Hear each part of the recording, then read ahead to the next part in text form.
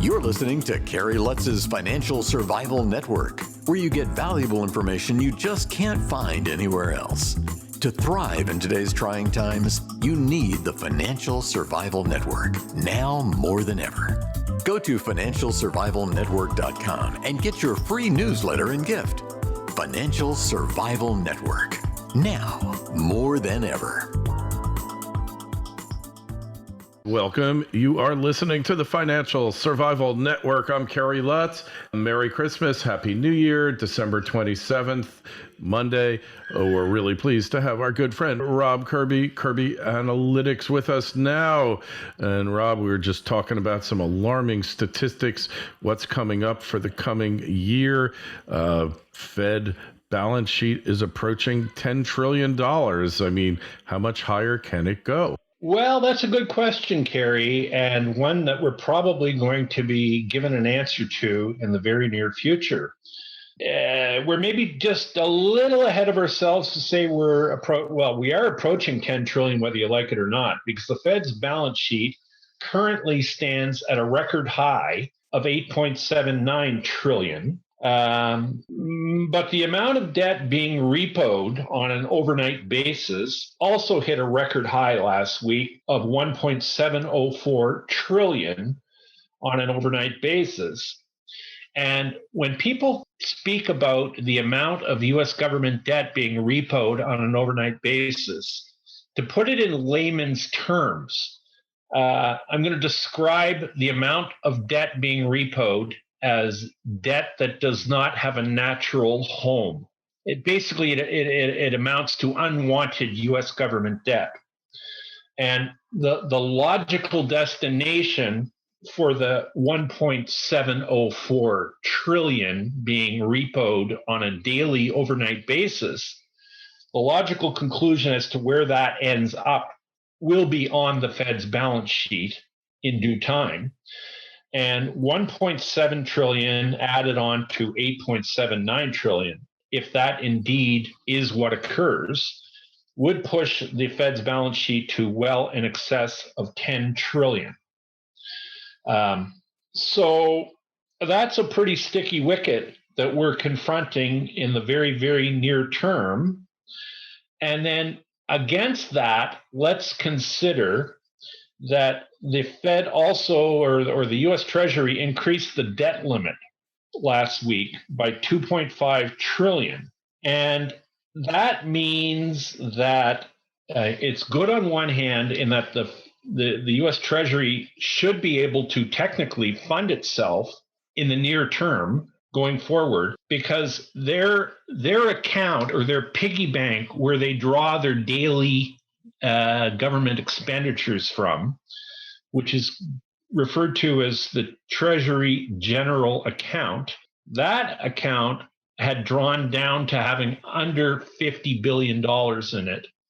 And that kind of money can disappear in a matter of a day or two from the Treasury's coffers, which means that they have a very, very short-term need to issue new debt to cut into that 2.5 trillion debt increase that they've managed to make happen. But understand that adding new debt when in an environment where you already have 1.7 trillion on an overnight basis of unwanted debt, and that amount keeps getting bigger, it seems, with each passing day and week, that's not a great backdrop against which to issue new debt or to throwing more wood on the pile, so to speak. So it seems to me that the Fed and the Treasury might encounter some difficulty actually issuing new debt, and upcoming U.S. government debt auctions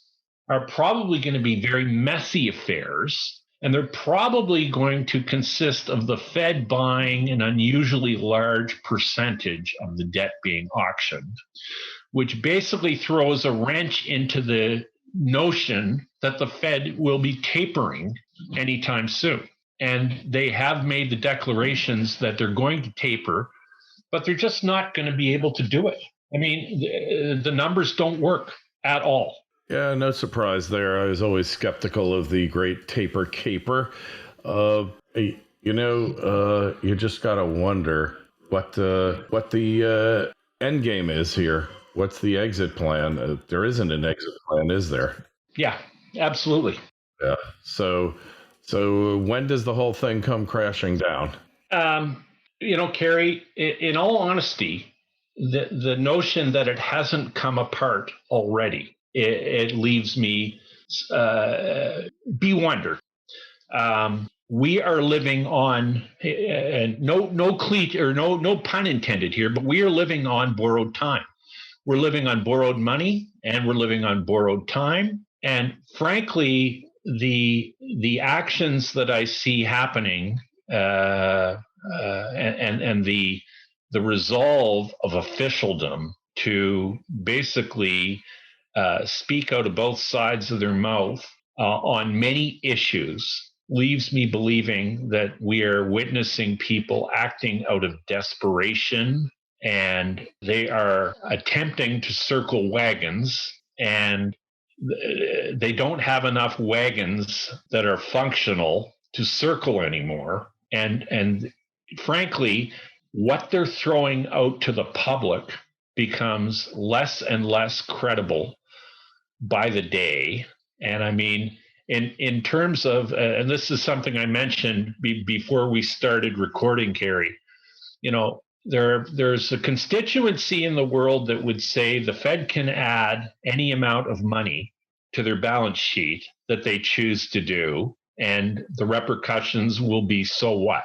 My concern and my belief is at some point, the world community will view the Federal Reserve as being as credible as the Central Bank of Zimbabwe. Yeah. And I think it's that fear. It is that fear, at least in my mind, as to why there's 1.7 trillion being repoed on an overnight basis instead of it having been put on the Fed's balance sheet already. Because the Fed is concerned, and rightfully concerned, that they lose all credibility in the public markets. And I think we are knocking on the door of that right now. Are that close, huh? Well, to listen to the media, they seem to have no idea about any of this, do they, Rob? Well, they choose to, I'm going to say, purposefully ignore it and not discuss it. And it's sort of like, ignoring an irritating horsefly. If you ignore it long enough, it'll go away. The debt problems that we're facing in the Western world are not going away. They're getting worse because money continues to be created at breakneck pace. The absorption level, or the willingness to absorb it, is becoming less by the day. And that creates a real conundrum that there's really no way to deal with other than default, or possibly a very, very large conflict. And it seems to me, the way I see the world, the likelihood of a global conflict and the likelihood of a default are growing with each passing day. Yeah, they really don't have much choice. And I guess the default would be the ultimate admission of failure of the system of really the past, 50 odd years of financial mismanagement, really going back 80, since World War II, since honestly the Great Depression. The financial mismanagement has just been on complete and total display for anybody who wants to acknowledge it. And yet the system has kept going. Some things, life standards of living standards certainly have gotten better over the past 50 years, but at the cost of the future, which is now, right? So we borrowed all this money from the future, and now we're in the future, and the bill is coming due. Don't just survive, thrive. The Financial Survival Network. Doré Copper Mining is a premier, near-term, high-grade copper and gold redevelopment opportunity with tremendous exploration potential only 14 kilometers from the town of Chibougamau in mine-friendly Quebec. Doré Copper is debt-free and owns a 2,700-ton-per-day mill with an 8 million-ton tailings facility ready to be used. There is already power to site, and it is accessible by paved highway and rail. Doré Copper aims to produce a profitable hub-and-spoke operation of over 100,000 gold equivalent ounces per year, or over 60 million pounds of copper equivalent by 2024. Because of the existing infrastructure and location, a low capex is anticipated to recommence production. Doré Copper trades under DCMC in Toronto and under DRCMF on the OTC. To learn more, go to dorecopper.com. That's dorecopper.com. This is the Financial Survival Network, the information you need to thrive now more than ever. It's like, it is literally, Kerry, like using credit cards to pay off your current debt and getting new credit cards to continually pay off, the old debt or the new debt. And I mean, at some point, it's called kicking the can down the road. Right. And at some point, you run out of road. So debt jubilee? We're going to have a debt jubilee? I mean, there really is no other choice. None of this debt can be paid by anybody. In China, you name it, everywhere, the debt is just out of control. And it used to grow arithmetically. Now it's growing geometrically. And there's not even a feint, an effort, a pretend effort to control it now. You see, Kerry, it's interesting you mentioned the term debt jubilee. Historically, Kerry, debt jubilees were part of the fabric of the financial world. Because historically, the financial world recognized the shortcoming of fiat money in any of its forms that it's been practiced. And debt jubilees have been a fixture in human history in finance. This is something that has occurred with predictable regularity. Yeah. But nobody likes to talk in those terms today. And nobody likes to talk about the inevitability of issues. And I mean, fiat money is flawed in its design, and without taking into account this reality, we end up in a predicament where precious metals, which historically would be the signal that the financial system is irreparably broken, precious metals have been prevented from signaling trouble or mayday. And instead, that has been expressed through the dramatic rise in nominal price of cryptocurrencies. Mm-hmm. And to that end, I would just mention this factual bit. 15 months ago, September of 2020, the price of Bitcoin, which I will use as the poster child for the cryptoverse, the price of Bitcoin in September of 2020 was between $8,000 and $9,000. The price of gold in September of 2020 was $1,900. The price of gold today is $1,800. The price of Bitcoin today is $51,000. And you see, I'm not standing here as a proponent necessarily of cryptocurrency, although I'm not admonishing it either. But what I am saying is that what Bitcoin and the cryptoverse has done in the last 15 months is historically what the metals would have done. Yes. But the metals have been prevented from doing it. And they've been prevented from doing it by artificial means called COMEX and LBMA. And these are the entities that sell infinite amounts of promises of physical metal, which will never be fulfilled. And Rob, so along those lines, we've been seeing the beginning of a commodity super cycle where every commodity was going up, but then they go up and then they hit new highs and then they blow up. And it seems to me, and I don't want to be spouting conspiracy theories, but it seems to me that if a price of one commodity can be controlled through the markets, through the COMEX or whatever, then certainly others can. Like nat gas was up to $6.50. Now it's under $4. Copper was heading up towards $5. Now it's in the low fours. And you can point to commodity after commodity that have hit new all-time nominal highs and then have been slammed back down. Is that just markets functioning normally, or is there a shadowy hand at work here? Well, if you can't see the shadowy hand at this point, I truly believe, Kerry, you need to have your eyes checked, because the shadowy hand is very evident and expressing itself very, very robustly in all of our markets today. Absolutely. And what I find really interesting is all of these manipulations that we see in markets are effectively a form of wage and price controls, right?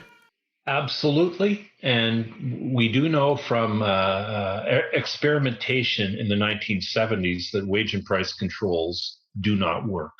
They're worse than that. They're destructive and really harmful to the economy. And they basically wind up with shortages and people fleeing cash for hard goods. And I think we're seeing that now. Real estate in the US, perfect example. By all rights, that market, if it was a regular market, would have started going down. But people somehow know that they don't want to have cash. And when you have like high levels of inflation, it's a great time to be a debtor, right? Well, this is true, Kerry, but also understand that historically, in periods of high inflation, there used to be a breed of people in our financial universe referred to as bond vigilantes. And the function that bond vigilantes served historically is much the same disciplinarian activity that a rising metals price would serve when governments are spending money crazily, wildly, and out of control. Bond vigilantes historically would sell the U.S. securities or the issuing entity that's behaving in an erratic fiscal financial way, raising interest rates to basically cripple the ability of governments to continue issuing new debt. But the whole complex of the government being subject to free market forces where discipline is inflicted or enforced are no longer present, because the bond vigilantes have become they become extinct, like dodo birds. They don't exist anymore. And the way that the dodo birds the bond vigilantes have been extincted is through the proliferation of interest rate derivatives known as FRAs and interest rate swaps, which have proliferated to the point where you have institutions like Bank of America, Goldman Sachs, Citibank, JP Morgan, and Morgan Stanley with derivatives books with notional amounts in the $50 trillion or larger range. And these instruments have embedded in them cash, government, securities trades as a natural hedge. And these things can be utilized and are utilized by the US Treasury to make banks risk-free captive buyers of any amount of US government debt they wish to issue. And what this has done, it has effectively extincted the bond vigilantes. the people who performed the historic function of enforcing discipline on government spending. That is gone. So it's sort of like taking the smoke alarms out of a building and then lighting a fire. And then wondering why there's no alarm going off. Well, because you've removed the alarm. You've taken the smoke detectors out, and nobody knows they're sitting in a burning building, and the US financial ship is burning right now. Burning before our very eyes, ready to capsize for sure. Could not agree with you more. Look, you got to go take a look at Rob's site, kirbyanalytics.com. Go subscribe. We are big fans of Rob's. If you got a question for Rob, shoot me an email, kl@kerrylutz.com. Rob, always love having you on the show. Happy, healthy new year ahead. Put that gold and crypto aside and get ready for the conflagration. All the best to you and yours, Kerry, for a wonderful and prosperous new year.